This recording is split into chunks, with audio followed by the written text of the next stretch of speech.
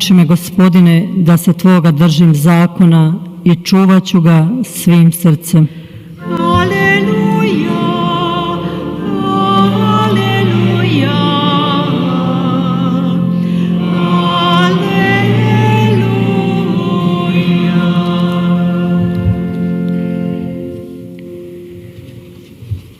Gospodin s vama. I s duhom tvojim. Navještaj Svetog Evanđelja po Luki. Slava tebi, Gospodine.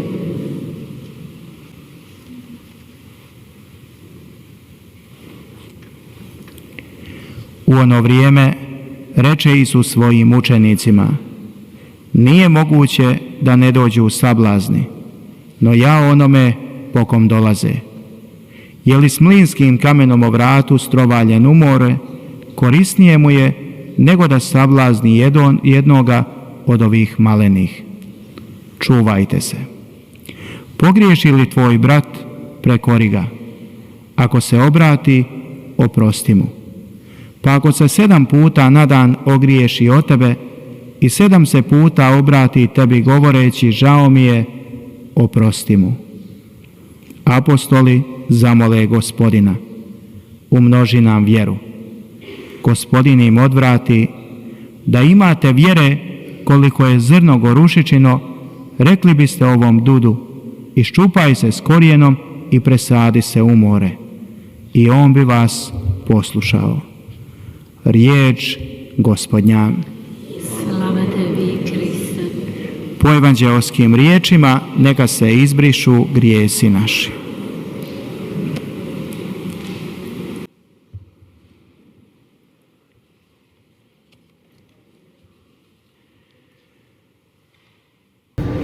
사랑하는 순례자 여러분과 존경하는 청취자 여러분, 오늘 복음은 우리에게 서로 다른 주제를 제시하고 있습니다. 하지만 이 세 가지 서로 다른 주제에 등장하는 것은 스캔들과 용서와 믿음에 관한 것입니다. 스캔들이라고 하는 것은 방해, 넘어짐을 의미합니다. 또 스캔들이라고 하는 것은 하나의 방해로서 한 원수가 적이 넘어지게 하고 이기는 것입니다. 예수님께서는 이러한 스캔들을 피하기가 굉장히 어렵다고 했습니다. 넘어지는 사람들이 늘 있기 때문입니다. 걸려 넘어집니다. 하지만 누구든지 이러한 스캔들을 조심해야 한다고 말씀하고 계십니다. 조심하지 않으면 안 된다. 스캔들은 특별히 신앙이 약한 사람들에게는 아주 어려운 일입니다. 왜냐하면 누군가가 부정적인 모범을 보고 그 사람들을 쫓아서 넘어지게 됩니다. 누군가가 말은 잘합니다. 아주 화려한 미사여구를 구사하지만 그것을 실천하지 않게 됩니다. 그리고 또 누군가가 어떤 말을 하면서 이것은 진짜가 아니다라고 할 때입니다. 특별히 이렇게 말씀을 드릴 수 있습니다. 이러한 스캔들은 우연이 됩니다. 특별히 우리 사제들에게 그렇습니다. 우리 사제들은 교계 제도 안에 있습니다. 모든 카톨릭 신자들, 모든 그리스도인들은 이러한 스캔들에서 벗어날 수 없습니다. 우리들의 신앙 속에서 그렇습니다. 혹은 미적지근한 신앙을 지닌 사람들에게도 그렇습니다. 스캔들이라고 하는 것은 그들이 누군가가 말하는 사람들을 바라봅니다. 말하는 사람만 바라봅니다. 그 말을 실천하는 사람이 아니라 말만 듣고 쫓아가는 것입니다. 그래서 하지만 누군가가 그리스도를 바라보고 살 때 스캔들에 걸려들지 않습니다.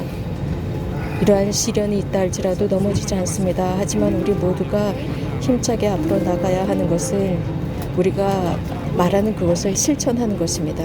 우리들의 과제라고 하면 신앙 속에서 강해지는 것입니다. 특별히 서로가 서로에게 신앙에 강해지도록 격려하는 것입니다. 그리고 우리가 만나는 모든 사람들에게도 그렇게 하는 것입니다. 또 우리들을 바라보는 사람들에게도 좋은 모범을 보이는 것입니다. 이 주제는 이제 용서로 이어지고 있습니다. 용서는 형제적인 사랑이 가장 중요합니다. 다시 말씀드리면 예수님께서 말씀하시는 것은 이 용서라는 말씀을 통해서 실제적으로 누군가를 용서하는 건데 누군가 나에게 상처를 입혔을 때 그 사람을 용서하는 것입니다. 사람과 사람이 용서하는 것입니다. 서로 형제가 용서하는 것입니다. 잘못한 사람을 용서하는 것입니다. 그 잘못한 사람이 용서를 청합니다. 그러면 그 상대편을 용서해 줍니다. 즉 자신에게 상처를 입힌 그 사람을 용서해 주는 것이죠. 그런데 아주 감동적인 그런 예가 있습니다. 어떤 신부님, 폴란드 신부님께서 해주신 말씀인데요. 성교황 요한 바오로 2세께서 폴란드 당신의 조국을 방문하셨을 때였습니다. 당시는 어느 한 신부님이 그 교황님과 대화를 나눌 때 이렇게 물으셨다고 합니다. 다른 사람들을 특별히 암살 시도를 했던 그 사람을 용서하셨나요? 라고 물었을 때 교황님께서 이렇게 말씀하셨답니다. 그가 나를 100번이나 상처를 입혔다 해도 암살 시도를 했다 해도 저는 그 사람을 항상 용서했을 것입니다. 이유는 우리 하느님께서도 그렇게 용서하실 분이시기 때문입니다. 라고 하셨다고 하죠. 우리가 화가 나고 자주 우리에게 상처를 입혔다 할지라도 용서합니다. 우리가 하는 그 용서는 절대로 그 하느님의 용서의 척도에는 도달하지 못할 것이기 때문이다 라고 했습니다. 이것은 우리들에게 아주 멋진 예를 남겨주고 있습니다. 우리에게 용서를 위한 격려가 되고 있습니다. 용서하기 위해서 얼마나 많은 시간을 요하는지 우리는 알고 있습니다. 아주 작은 것들, 작은 서로 이해하지 못하고 오해가 되는 이런 말들 속에서 서로 용서하지 못하고 그러면서 점차적으로 어떤 격차가 생기기 시작합니다. 그리고 그 사람이 어떤 일을 했다고 했을 때 그 사람에 대한 오해가 더 커집니다. 그래서 기쁘게 용서하고 자주 용서해야 합니다. 용서하면서 스캔들이라고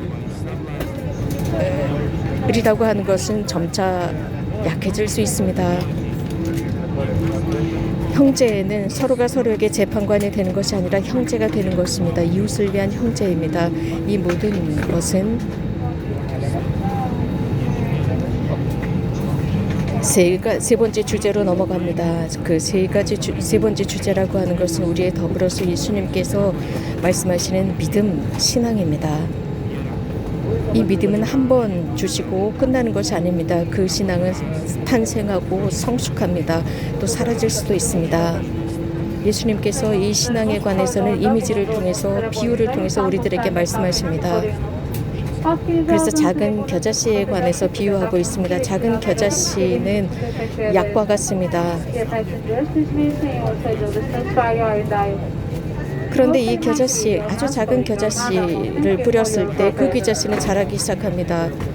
그래서 우리가 생각했던 것, 우리가 뿌렸던 것 이상으로 커질 수 있습니다. 이것은 아주 놀라운 예입니다. 인간이 지니고 있는 것들은 점차적으로 사라집니다.